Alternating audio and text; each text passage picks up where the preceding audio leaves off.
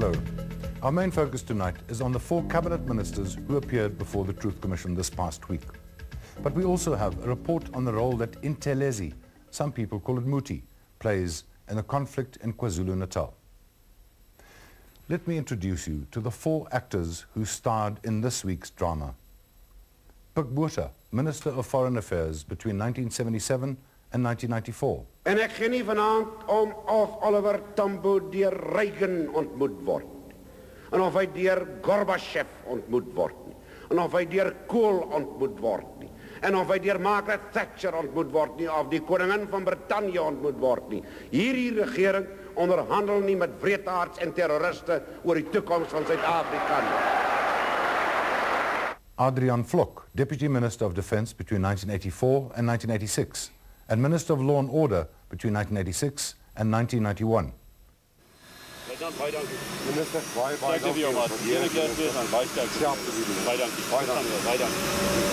Roelf Meyer, Deputy Minister of Law and Order between 1986 and 1988, and Minister of Defence between August 1991 and May 1992. We've achieved tremendous success over the last year in that regard. I must say that I think the spirit of resistance is still there. It's true. And for that reason, we believe that we have to maintain a state of emergency. Wessels, Deputy Minister of Law and Order in 1988. Ek wil waarsku dat die regering en die Suid-Afrikaanse polisie geen radikale optrede sal dood nie. The former ministers were called to the Truth Commission because they were members of the State Security Council. Former State President Pik Botha, former Defence Minister Magnus Malan, and National Intelligence boss Neil Barnard will be called before the Commission in George next month. The Truth Commission focused on the State Security Council because that was the body, rather than the Cabinet or the White Parliament, that determined policy and strategy in the turbulent 1980s. Almost a government inside a government. The Council effectively took over government under the reign of Pik Botha because of his belief that there was a total communist onslaught against the country that made a total strategy of counter-revolutionary measures necessary. Pik Botha was the head of the State Security Council. He was joined by the Ministers of Defence, Law and Order, Foreign Affairs and Justice, and occasionally other cabinet ministers were also co-opted. The Chief of the Defence Force, the Commissioner of the Police, the Head of the National Intelligence, and the Secretaries of Foreign Affairs and Justice, nowadays called Directors General, were also permanent members. The Council had a full-time administrative office called the Secretariat, dominated by the military. The next step down was the 11 Joint Management Centres, or JMCs, subdivided into sub-JMCs and mini-JMCs. They were responsible for coordinating state departments on regional and local level who had to implement State Security Council policies. The question has been asked many, many times by the Truth Commission in the last few months. Did the State Security Council order the gross violations of human rights by policemen and soldiers, like assassinations, torture and massacres? And did they know of these violations committed by the security police and units such as Vlok Plus and the CCB? So far, politicians and generals, including former State President F.W. de Klerk, have said they never ordered anything illegal, and they only heard of the abuses when it became known during Truth Commission hearings. Fortunately, many Security Council documents still exist, and from these documents, ordinary people like me understand very easily that the Council did order murders and assassinations. Like this one of 24 January 1987, it states clearly, identify and eliminate the revolutionary leaders, and especially those with charisma. Then, of course, we hear from generals and politicians that eliminate did not mean kill.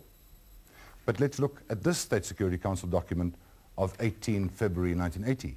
The Council agreed to continually consider the implications of the elimination of Rhodesian politicians. Then it explains what this means. It is pointed out that the failed attempts to kill Mugabe are turning him into a martyr. So, in this case, elimination did mean kill. But let's go to this week's hearing to find out what the former cabinet members say they ordered and what they knew. Elimineer, eliminate. Neutraliseer, neutralize. Uitwis, obliterate and or wipe out.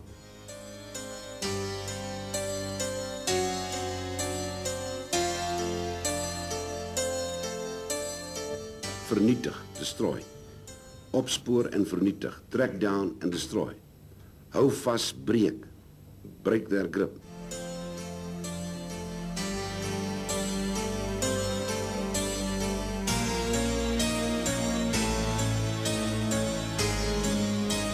Bekamp, fight against, curb, control. Stuit, arrest, stim. Uit die samelewing verwyder, remove from society.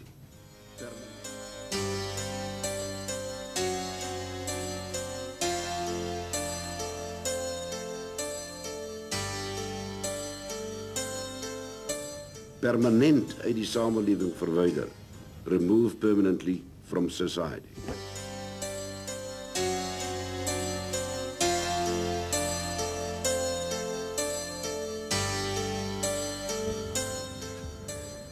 Now, how did it happen? Why did it happen? Certainly the questions uppermost in the minds of Archbishop Tutu and his team this week. They had gathered former State Security Council members Pik Botha, Adriaan Vlok, Roelf Meyer and Wessels to get straight answers. Was the State Security Council a shadow cabinet? What were its precise powers? Did it formulate and order unlawful actions against the men and women who opposed apartheid? All the decisions were taken to cabinet. You are not dealing with State Security Council decisions. You are dealing with cabinet decisions. Cabinet. It can be proved. Not only factually, but that is the constitutional position. So the cabinet was governing. The State Security Council was a security committee. With my knowledge and my insight into the mechanisms of the SAC, I say that no decisions were taken by it to act illegally. I never had knowledge of any organized attempt within the context of government to identify specific targets or to do planning for the destruction of such targets on the basis of conspiracy. Every decision was taken within the ambit of the law as it was known then. I have no evidence to indicate to me that on any occasion the cabinet, who was the body that approved the State Security Council decisions, ever approved any unlawful act. It would in any case not have been recorded. As a result of the ever-increasing revolutionary climate in the Republic during the 80s, and especially after the so-called 1979 Simonstadsberaad, at which the security forces were told to take the gloves off in the fight against the revolutionary enemy, the security forces came under increasing pressure to perform. The South African police and its security branch in particular were under special pressure. In this context, results became far more important than legality. The 11th commandment was well known, especially to those in the covert or the special force elements of the security forces.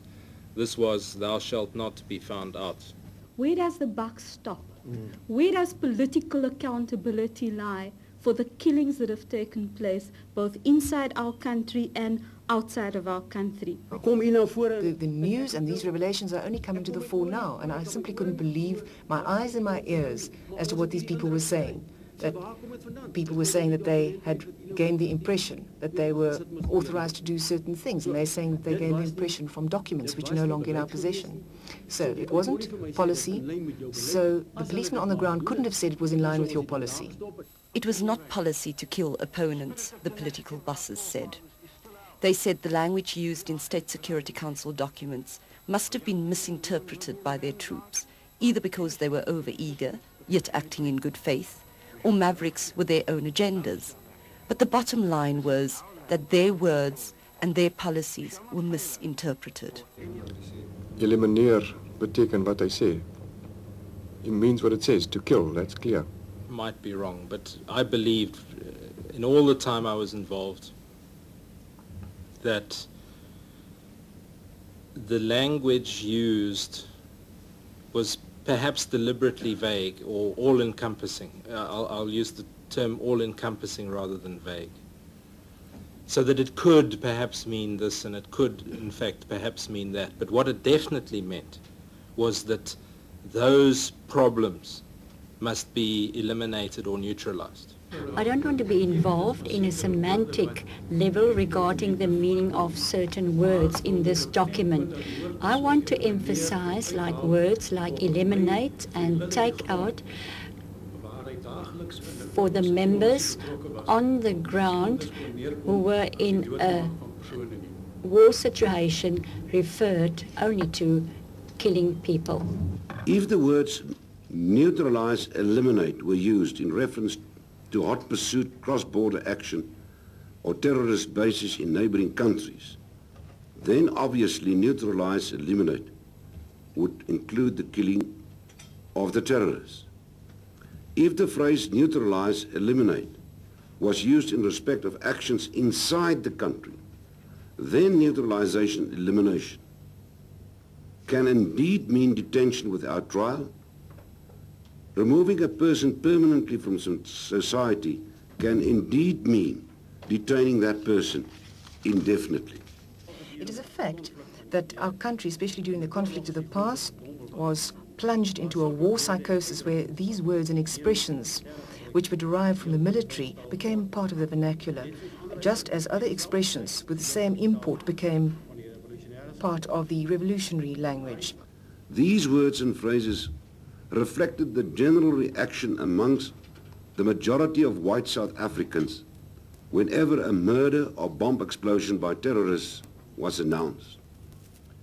It was reasonable, therefore, that members of the security forces would have interpreted a phrase like wipe out the terrorists to include killing them. If it was reasonable for security force members to interpret phrases like that at the time to mean that they should kill, then those who formulated and used those words at the level of the State Security Council, Cabinet and so on, would bear responsibility for that language use and would bear responsibility for the killing that in fact did ensue. It was never the intention on the part of the political authorities to use those words. I told you where they came from. Our omission was that we didn't actually go and look at those things and correct it. But it's true that as it flowed down the structures, right down to the ground, it could have created or increased the opportunities for people acting outside the boundaries of the law. If you, as Minister Vlok, receive a memorandum which comes from the Eastern Cape Joint Management System, which says the leaders of the UDF must be eliminated, he says, surely it was your prerogative to say, if this means arrest, let it be couched in those terms, because you don't want a situation arising afterwards that people will eliminate people in the sense of killing them, when in fact what was meant was that they should be arrested or to be detained. May I say immediately that you are correct in saying that the submissions which we received and the documents which we received at the State Security Council and at Cabinet were drafted by officials. The ministers didn't actually write or draft them, and the officials at the State Security Council came largely from the security fraternities, soldiers, policemen, and people from national intelligence. So the language used there was not, in the first instance, the language used by the ministers. And secondly, you're totally correct. That is what I tried to convey in my submission. I should have queried this. I sat there and I read it. I should have queried it and said, look, you can't use the word eliminate. When the person then pitched up dead, instead of being detained, what did you do? Now, I can't take it any further than saying that's what we intended. We never gave a direct instruction. The politicians can say, we didn't give that order, because they didn't give that order. It's nowhere stated that we said so-and-so should be killed. We said so-and-so should be eliminated, but we meant that that person should be detained. And then never having any real knowledge about or real appreciation of the effects of that misinterpretation. It places the politicians, would you agree, in the lucky, enviable situation that they can formulate an approach to a problem but not bear the immediate consequences of that policy in the way in which it's carried out. Voorzitter, ek sal nie my posisie vandag hier as lucky beskryf. I wouldn't describe my position here today as lucky or fortunate, but I want to say this document in which eliminate and take out and so on appears. This document comes from 11 years ago, and 11 years ago we didn't think that we would sit here today and have to explain the use of those words. How do you account for the fact that right across the country, across all sections of particularly the security police, there is a systematic misinterpretation of policy directives emanating from the State Security Council and senior echelons of government? It's difficult to answer for what they did. I think they will all appear before you or before the Amnesty Committee, and they will have to explain why they did what they did. I never knew that they were torturing these people, and I never approved it. Is it not so that the security police, within the police structure, in fact had license to engage in systematic unlawful activity? No, I deny that vehemently. No member of the South African police had license to act illegally. There were two newspaper cartoons this week that I think captured this part of the evidence very well. This one is by Zapiro and appeared in the Sowetan.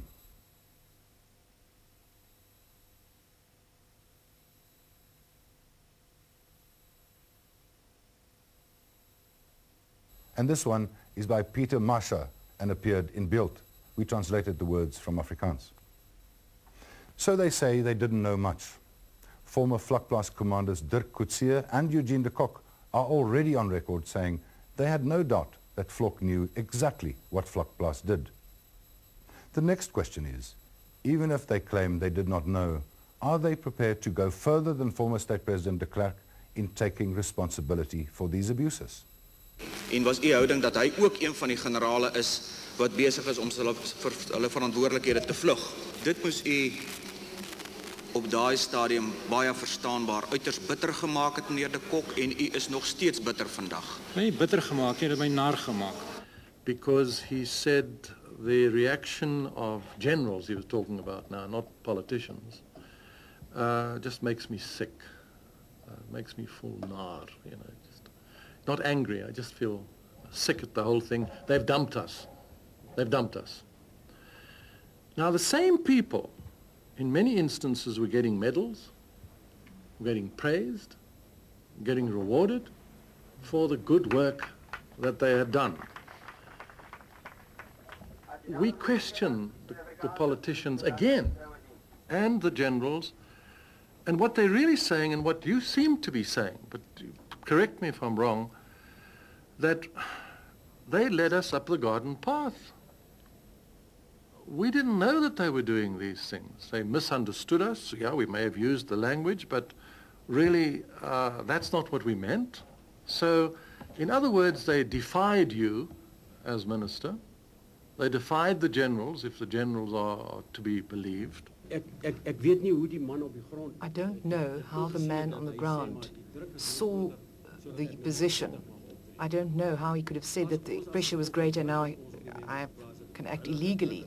Perhaps because of the greater pressure we exerted on them, they experienced greater pressure to act illegally, and perhaps then that resorts under that part of my submission where I say that I'm sorry, or we are sorry, that we pressurized them to such an extent that it led to people being killed. And the question then is, does the political authority, or is the political authority not primarily responsible then? I agree with you. Perhaps I should refer to my amnesty application. I can only agree with you that it's not only against the policeman, but also against the people who gave him his instructions and who authorized his actions, namely the state. Yasmin. Hey, I'm chairing her. Yasmin Suka. Then if we take what you say further, all the politicians should have applied for amnesty in these cases where killings were a result or gross human rights violations were a result of these kind of actions. I listened to what my former colleague Pik Botha said here this morning. Somebody asked him about the letter which he wrote to Mr. de Klerk. I agree with Pik Botha that that was the correct way to do it. But to apply for amnesty is a personal matter. And I thought hard and long about my amnesty application. I struggled with it. I really questioned whether I should do it. A lot of people in the community from which I come would say it's a disgrace. Then do I understand that it is because there was no effective mechanism to prevent abuse that you, in effect, now accept overall political and moral responsibility for the abuses that did occur? That is correct. And I accept responsibility because I was the political head of the department, and I'm not going to run away from my responsibilities, not towards the people out there who actually put me in that position, who had trust and confidence in me. And I will accept the responsibility also vis-à-vis the good people, the 99% of good people. One small question. When you accept, I think, moral responsibility, what does that mean? As I understand it, I can't run away from those occasions where somebody, as a result of my action, and as a result of misunderstanding my words, committed an offense. I am morally obliged to stand by him and to say, I accept moral and political responsibility. What would that mean? I mean, I'm just sorry. You know, I mean, being slow thinkers. Normally politicians. In a court of law, what status would that statement have? I mean, here is a person who has committed a murder because they have misunderstood your instructions. And you say, I, not he, I take moral responsibility. What does that mean? I mean, in a... Actually, I can't answer that. I don't know what it would mean in a court of law. I must be very honest. But here, where we are busy with reconciliation in the Commission, and reconciliation is based on morality and on moral values, I have to say to you that for me means that I can't distance myself from these people, that I must accept joint responsibility. Now, where do you take it from now? Now, I ask myself, I can't ask my colleagues, everyone must speak for himself. I said to myself, not for the sake of this meeting, but here, this man, should I not have done more? You fall short here of taking criminal responsibility, and I think one could actually question that. The whole concept of vicarious liability, the putting into place things like Vlakplaas, the CCB, where you must have a sense that things can go horribly wrong. Now, I think that's what we'd like to get an answer on. I guess nobody has the answer. Maybe, and let me try to put forward some of one's own views in that regard. Maybe it is just a question that things have developed over a period of time in such a way that in the end we were all part of a frame of mind. Politicians, officials, people in minor positions even, that believed that there was an enemy that had to be wiped out, that believed that there was not a just cause on the side of the majority of South Africans, and that believed that for the protection of the minority, that was the right thing and the only thing to do. Maybe it was in the end fear that dictated. We have seen very few former politicians, generals and foot soldiers expressing genuine regret for the evils of the past. The apologies we have heard so far mostly went along the lines of, if we hurt people, we are sorry, but we didn't mean it. Adriaan Vlok and Pik Botha also expressed regret. I would like to express my unqualified regret towards any person and or organization which was innocently disadvantaged or prejudiced by my actions. In the cruel struggle for survival, it was often the case that there was no mercy shown and unacceptable things were done and mistakes made.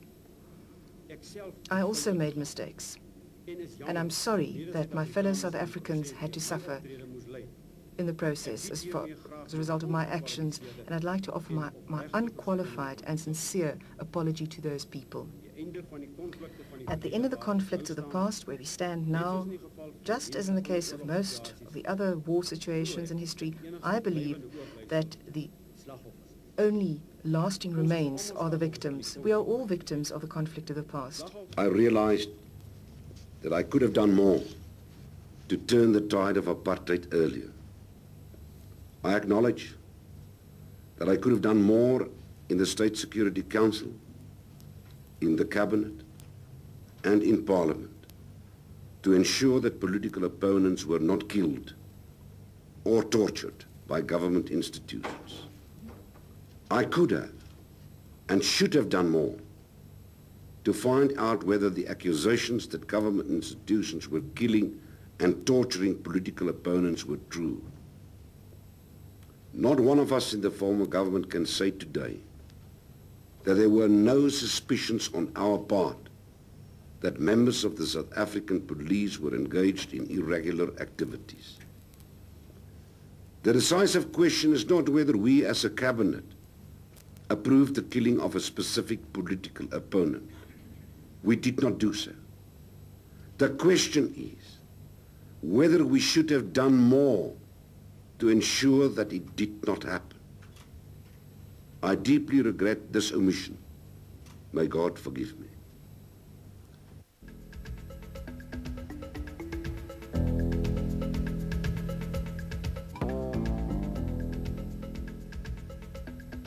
And then there was Leon Wessels. Wessels has been a leading verligter in the National Party since the 1980s. He was the first prominent National Party politician to formally and comprehensively apologize for apartheid back in 1991. After the negotiated settlement, he played a leading role with Cyril Ramaphosa as deputy chair of the body that gave us our new constitution. Wessels this week went much, much further than any former government minister had ever done in dealing with the past. I further do not believe that the political defense of I did not know is available to me, because in many respects I believe I did not want to know. In my own way, I had my suspicions of things that had caused discomfort in official circles. But because I did not have the facts to substantiate my suspicions, or I had lacked the courage to shout from the rooftops, I have to confess that I only whispered in the corridors. That, I believe, is the accusation that people may level at many of us. That us is not deleted. We simply did not, and I did not, confront the reports of injustices head on. It may be blunt, but I have to say it. Since the days of the Biko tragedy, right up to the days of hostile activities, hostile atrocities in the late 90s, as we went up to the record of understanding, the National Party did not have an inquisitive mindset. Everybody in this country knew people were tortured. They were tortured. You read it in the alternative press. Anybody who had access to the townships, my sources of information was the chairman of this commission sitting next to him, Wynand Malan, Alex Borain, we did battle on many occasions in Parliament in the face of attacks by Helen Suzman, Borain, and others simply saying the security forces were a law unto themselves. And we argued, vehemently opposed that, said you are misreading the situation, it's not true. And yet it all happened right there under our noses. So I don't believe I can stand up and say, sorry, I didn't know. Eugene de Kock's recent claim in his amnesty bid, I submit, is correct. Namely that any National Party politician or supporter, I may add, at the time who believed that we held power because of persuasion and not through coercion was out of touch of reality, to put it mildly.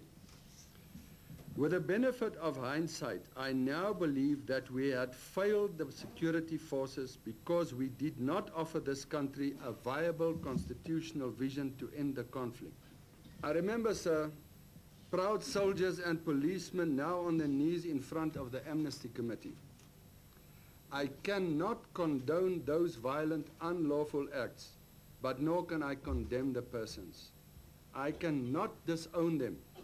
We were on the same side and fought for the same cause, namely law and order as we saw it, and also to ensure that this country would not be made ungovernable. Power was not to be wrested from us in a revolutionary manner. I cannot disown any of those men and women who were on our side. We have reached the end of a journey on a road marked by pitfalls, political doubts, and obstacles. However, the journey always carried forward.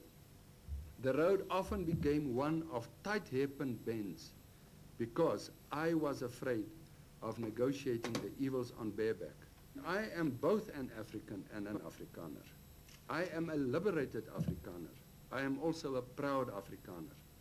Liberated Afrikaners took the reform bit firmly between their teeth when it was necessary. Both our hearts and our minds have been changed. We love this country. We have been liberated from the baggage of an immoral system of government. I am now more than ever convinced that apartheid was a terrible mistake that blighted our land. South Africans did not listen to the laughing and the crying of each other. I am sorry that I had been so hard of hearing for such a long time. I want to give thanks for our country, for our people. I want to give thanks that you two young men should have, the honesty that you have demonstrated is one that doesn't come easily to any one of us, I think. And it must be at some cost to yourselves. And I just hope you are aware that you have helped, I think, to pour balm on the wounds of very many.